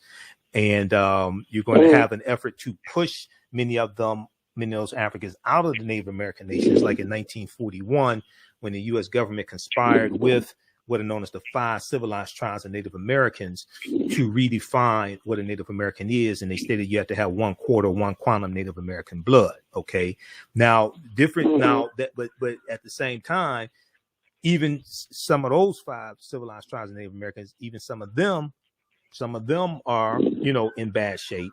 And there's been a fight to the Cherokee stripped the black freedmen around 2011 or so of their membership status, and they had to go to court and sue. Those descendants of the black freedmen sued to get their full status restored. But all the Native American nations then own African slaves as well. Okay. All right. We're coming up on a break. We'll hold you over for a few more minutes, Theo. Let you quickly respond. You listen to the African History Network show right here on 910 AM Superstation Future Radio. I'm Michael Imhotep. We'll be back in a few minutes. Welcome back to the African History Network show right here on 910 AM Superstation Future Radio. I'm your host, Brother Michael Imhotep. We're going quickly back to Theo Broughton for her closing statements here because we got to move on. We're almost out of time here. Go ahead, Theo. Is your show on after mine, Theo? Is your show on next? Do we have Theo on the line? Testing 1 2 3. Testing 1 2 3. Theo was there. Maybe she was on mute. Okay, take your phone off mute, Theo. Okay. Get Theo straight, Jalen, and just let me know when we have her straight. We'll bring her back on for just a minute. Everybody, check out this article here from IndianCountryToday.com. IndianCountryToday.com. This is one of my favorite articles dealing with this history. Okay, and this article originally came out like about 2011, 2012. What really happened at the first Thanksgiving? The Wampanoag side of the tale. What really happened the first Thanksgiving, the Wampanoag side of the tale. Today, there are a lot more articles dealing with like the real history of Thanksgiving. This was one of the first ones. All right. And I used to do it this one each year.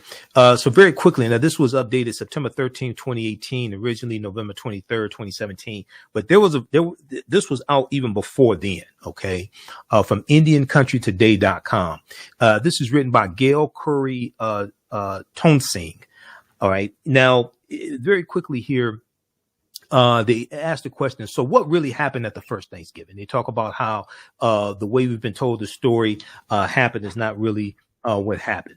Okay, so the Wampanoag Native American nation made a treaty with the people on the Mayflower, with the Europeans on the Mayflower.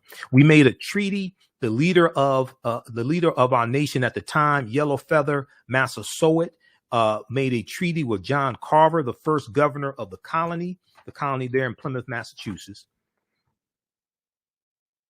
They had their charter.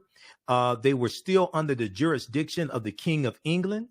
And at least that's what they told us. So they could not make a treaty for a boatload of people. So they made a treaty between two nations, England, the nation of England, and the Wampanoag nation, because they had to make a treaty. Because when you study this history, those Europeans stayed on the Mayflower. They stayed on the ship during the winter. They had to make a treaty before they could come out onto the land. All right. And they made a treaty with the Wampanoag nation whose land they were on. What did the treaty say?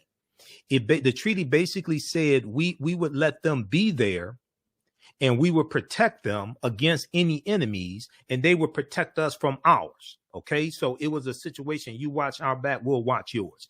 The 2011 Native American $1 coin commemorates the 1621 treaty, between the Wampanoag nation and the Pilgrims of the Plymouth colony. It was basically I'll watch your back, you watch mine agreement. Later on, we collaborated on jurisdictions and creating a system that we could live together. Okay. Now, what's the mash pea version of the 1621 meal? You've probably heard the story of how Squanto assisted in their planting of the corn. So this was the first successful harvest, and they were celebrating the harvest and planning. They were celebrating the harvest and planning a day of their own Thanksgiving, and it's kind of like what some of the Arab nations do, celebrate by shooting guns in the air. So this is what was going on over at, all right, Plymouth, Massachusetts. They were shooting guns and cannons, celebrating as a celebration. They were shooting guns and cannons as a celebration. So the Native Americans, the Wampanoag, hear the shooting and they think it's a war going on. Okay, so Massasoit, the chief, gathered up 90 of his warriors, and they showed up at the Plymouth colony prepared to engage because of the treaty that they had entered into with the Plymouth colonists. So they didn't know what was going on. It was a fact-finding mission. Okay, they weren't invited. They didn't know what was going on. It was a fact-finding mission. When they arrived, when the Native Americans arrived, it was explained to them through a translator that they were celebrating the harvest. So we decided to stay and make sure that that was true, because we had seen in other landings, like Captain John Smith in 1607, in the Virginia colony, even the Vikings had been here. Okay, even the Vikings had been here, and we know in North America, John Cabot, Giovanni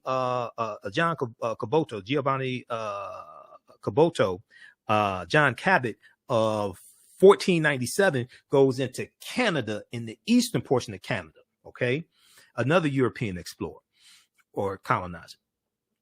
So we wanted to make sure, so we decided to camp nearby for days. Now, during those few days, the men went out to hunt and gather food, deer, ducks, geese, and fish. There are 90 men here, and at the time, I think there are only 23 survivors of the Mayflower. So you can imagine the fear. You have armed natives who are camping nearby. The colonists, were always vulnerable to the new land, new creatures, even the trees. There were no such trees in England at the time. People forget that they had just landed, and this coastline looked very different from what it looks like now. And their culture, new foods. They were afraid to eat a lot of things, so they were very vulnerable, and we did protect them. We did protect them, not just support them. We protected them. You can see throughout their journals that they were always nervous, and unfortunately, when they were nervous, they were very aggressive. They were always nervous, and unfortunately, when they were nervous, they were very aggressive. Okay, so the Pilgrims did not invite the Wampanoag Native Americans to sit down and eat turkey and drink some beer and things like this. That's folklore. Okay, it is just myth once again to try to distort the genocide that's going to come after that. Read this article here. It's one of my favorite articles dealing with this history. What really happened at the first Thanksgiving, the Wampanoag side of the tale, the Wampanoag side of the tale. And oftentimes we want to hear the history told by the colonizers, by the winners, okay, as opposed to by those who were the victims. All right. So read this. This is at IndianCountryToday.com. All right.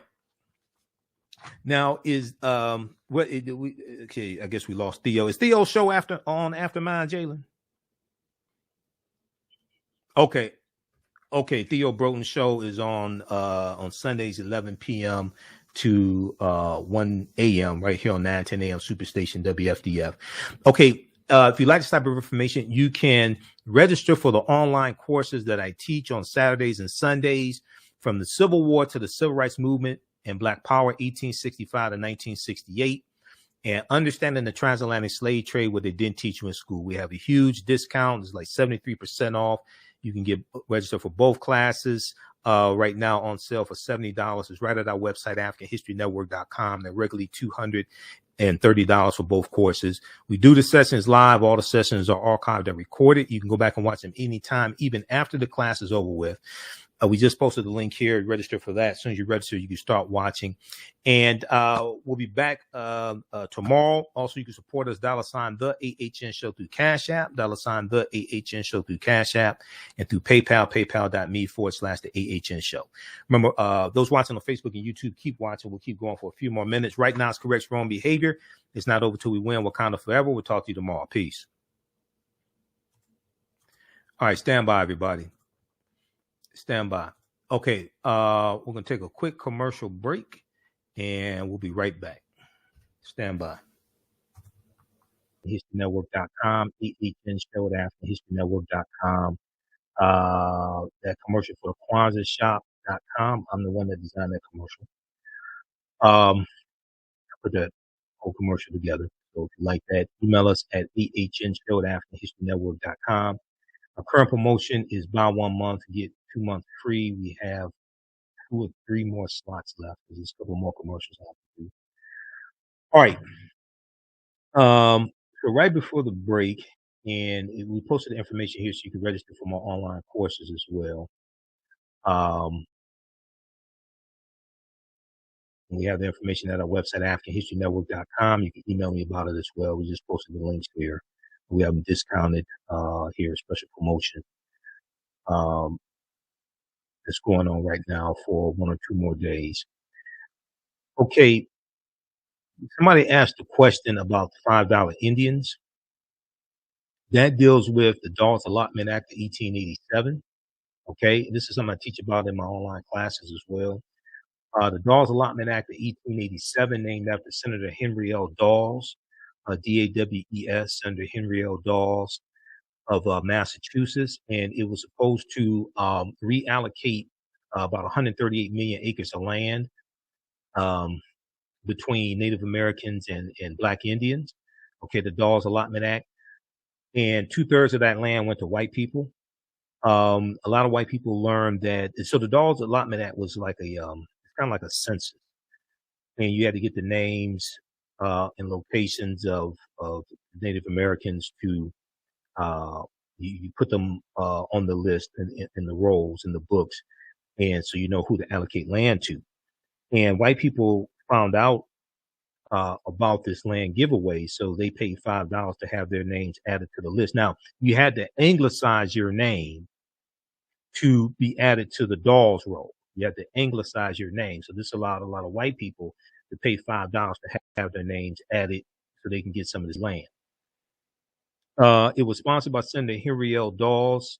It was sponsored in several sessions of Congress by Senator Henry L. Dawes of Massachusetts, and finally enacted in February 1887. Under its terms, the president determined. Under its terms, the president.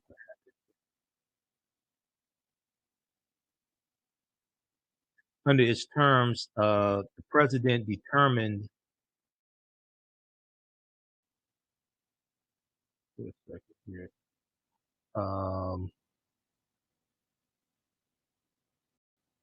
Okay, the president determined the suitability of the recipient and issued the grants, usually by a formula of 160 acres to each head of household and 80 acres to each unmarried adult, with the stipulation that no grantee could alienate his land for 25 years.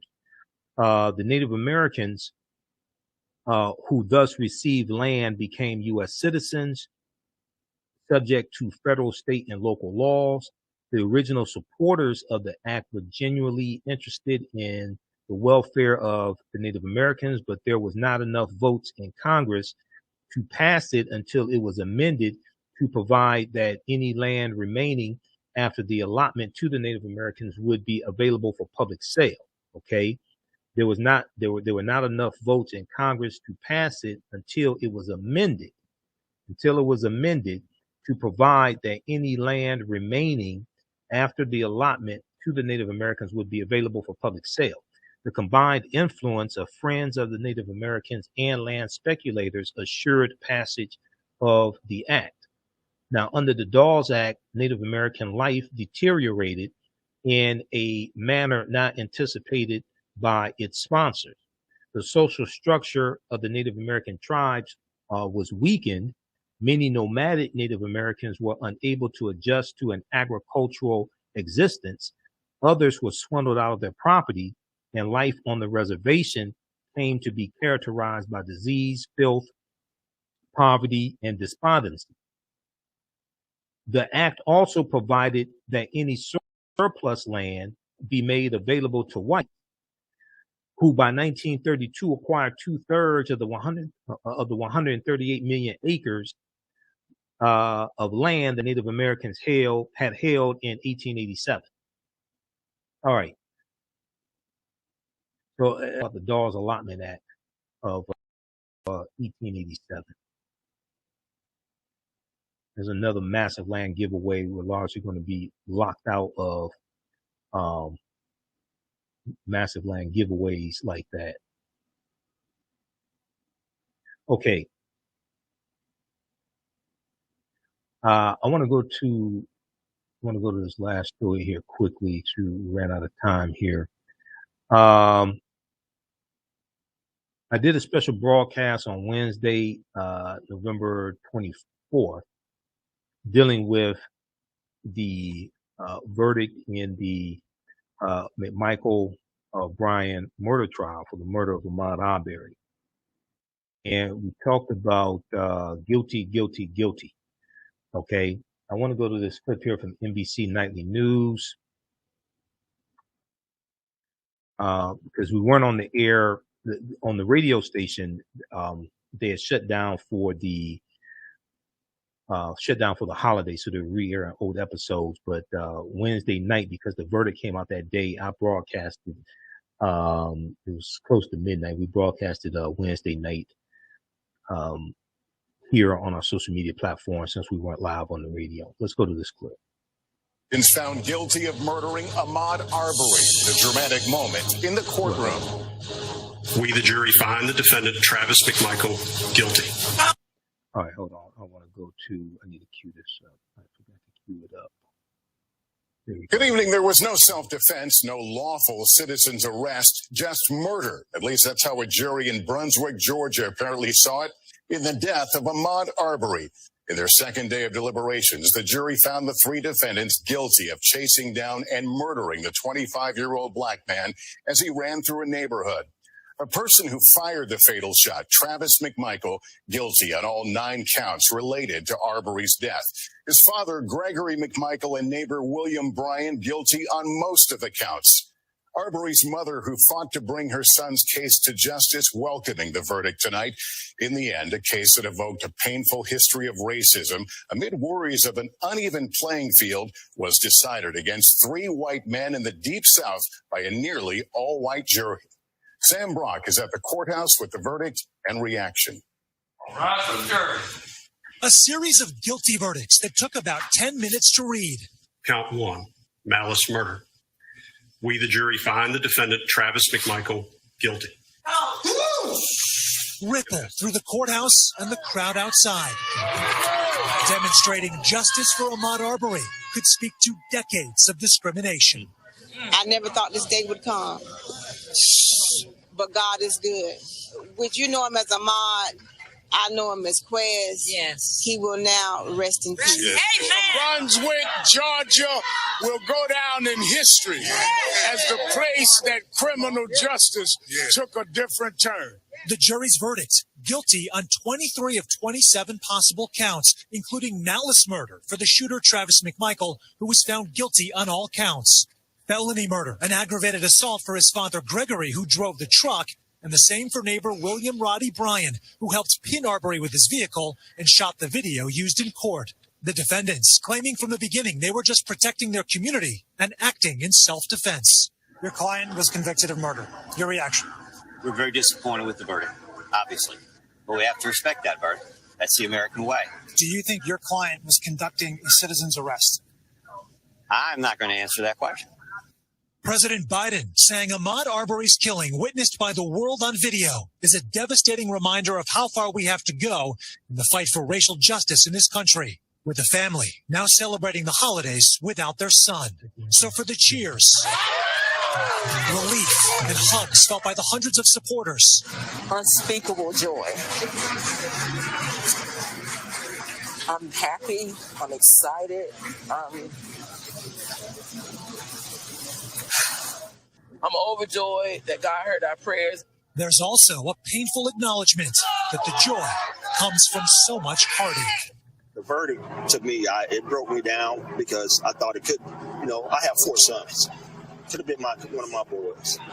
A battle for racial equality still underway, but on this evening, supporters say the scales of justice looking a little more even. Sam, any word on when sentencing will take place?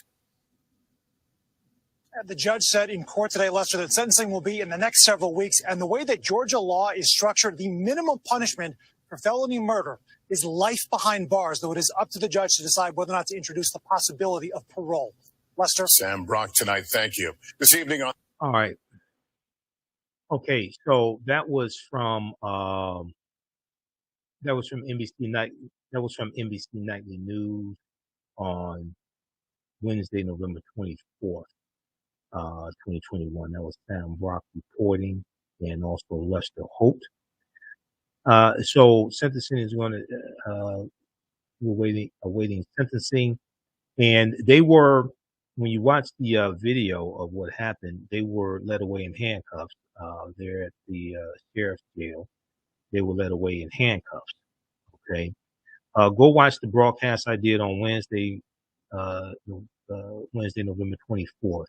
Because we went through and broke everything down, broke down the charges, and what they were convicted on. I went through and broke all that down. Now, there was an article I'm trying to find also here. Ahmaud Arbery's mother, we posted the article, statements from Wanda Cooper Jones as well, about being thankful for the verdict. And, this was, this was, tremendously emotional, for his mother and father to have to go through and sit in the, sit in court and see the man responsible for killing your son and all of this. You look at this piece here from, CNN. Pull this up here.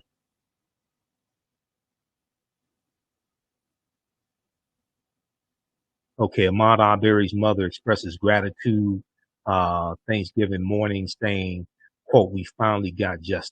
Okay, expressing gratitude Thanksgiving morning, biggest project saying, "We finally got justice." Worth is giving the people who build it a solid foundation. Wealth is all right. The mother of Ahmaud Arbery expressed gratitude Thanksgiving morning for the guilty verdicts of the 3 men who killed her son, calling the movement quote unquote bittersweet. She said, "This is the second Thanksgiving that my family and I will share without Ahmaud." She said in an interview with CNN. Okay. She said this in an interview with CNN. Let me get that back. Page crash.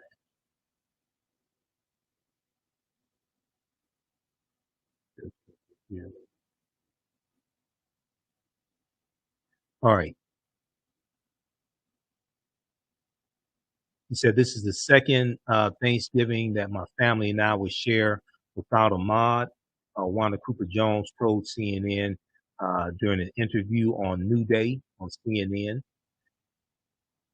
She said, "But this is the first Thanksgiving that we can look at that empty chair and say, quote, 'We finally got justice for you, Ahmaud,' end quote."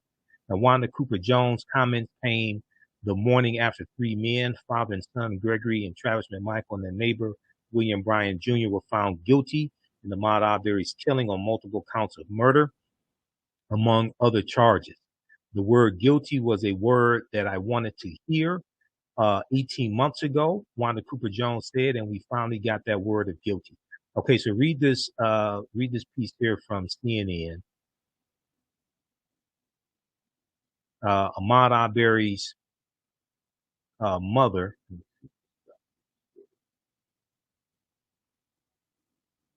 Ahmaud Arbery's mother expresses gratitude for gratitude Thanksgiving morning, saying we finally got justice. Now the attorney, the defense attorney that you heard, who said he was not going to answer the question of whether his client, William Bryan, was trying to effectuate a citizen's arrest. That was Kevin Goff. That was defense attorney Kevin Goff. Mr. We don't want any more black pastors in here. And there's a federal trial coming out, federal hate crime trial coming up. Okay, so I find it, so he may not want to say anything because he can come up in the federal hate crime trial. But I find it interesting that they were making the argument in court that they were trying to perform a citizen's arrest, even though they didn't tell Ahmaud Arbery they were trying to do a citizen's arrest, and they didn't tell the police who arrived on the scene that. Okay, but here the defense attorney for William Bryan is asked that question, and he doesn't want to answer the question whether or not they were trying to perform a citizen's arrest. Okay, so all right. Well, you can go visit your client in jail now. He's awaiting his testimony. So you can go visit your client in jail. All right, that's going to do it for us here. We have to get out of here. We're here Monday through Friday, 11 p.m. to midnight, and Sundays 9 p.m. to 11 p.m. Eastern Standard Time, the African History Network show.